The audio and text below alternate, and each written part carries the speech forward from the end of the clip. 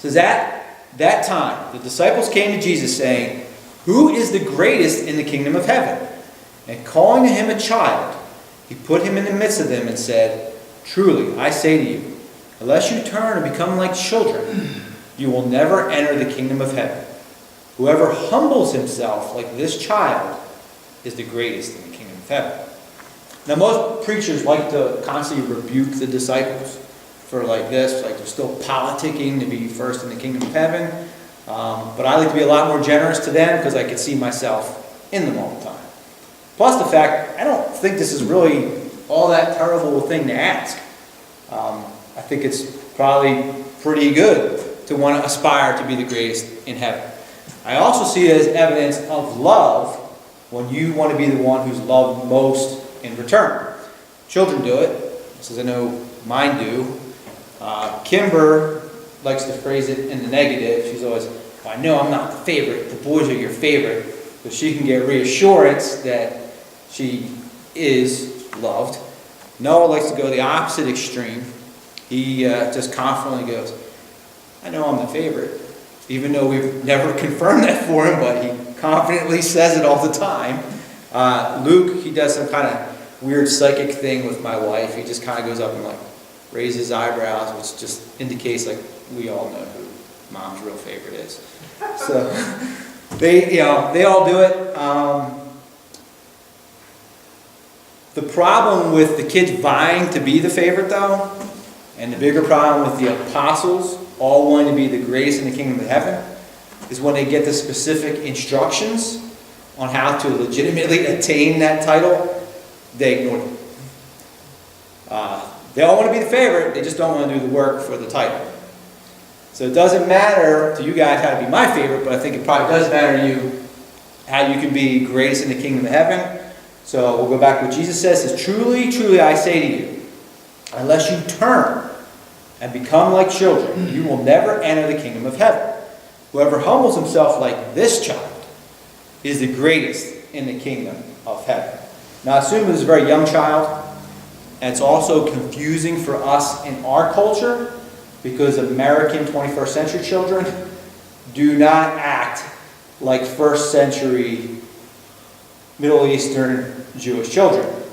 They have Deuteronomy 21:18-21, which says, in their culture, "If a man has a stubborn and rebellious son who will not obey the voice of his father or the voice of his mother, and though they discipline him, will not listen to them, then his father and his mother shall take hold of him and bring him out to the elders of his city at the gate of the place where he lives.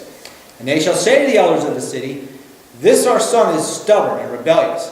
He will not obey our voice. He is a glutton and a drunkard.' Then all the men of the city shall stone him to death with stones.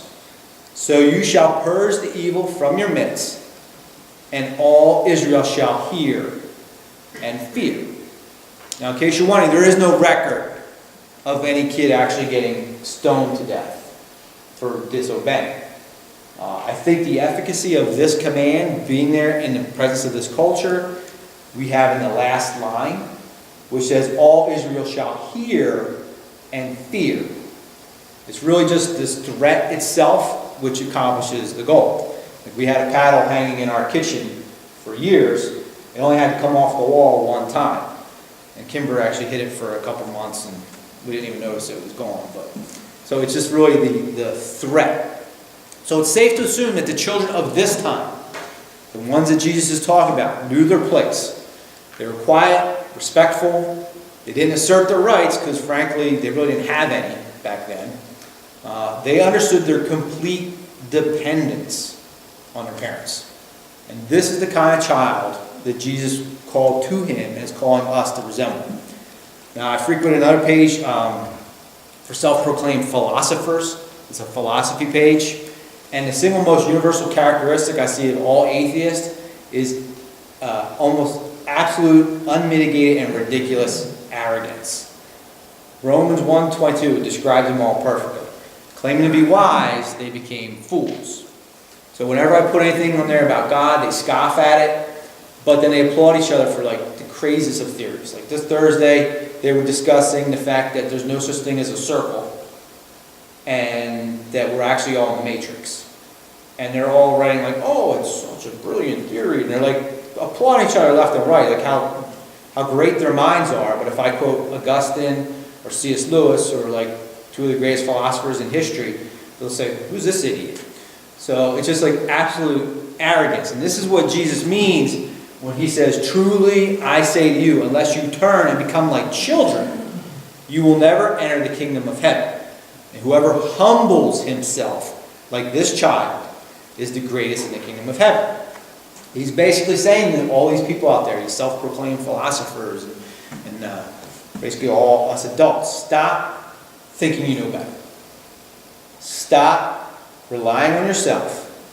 Return to that state of complete innocence you once had before you became a selfish, cynical teen.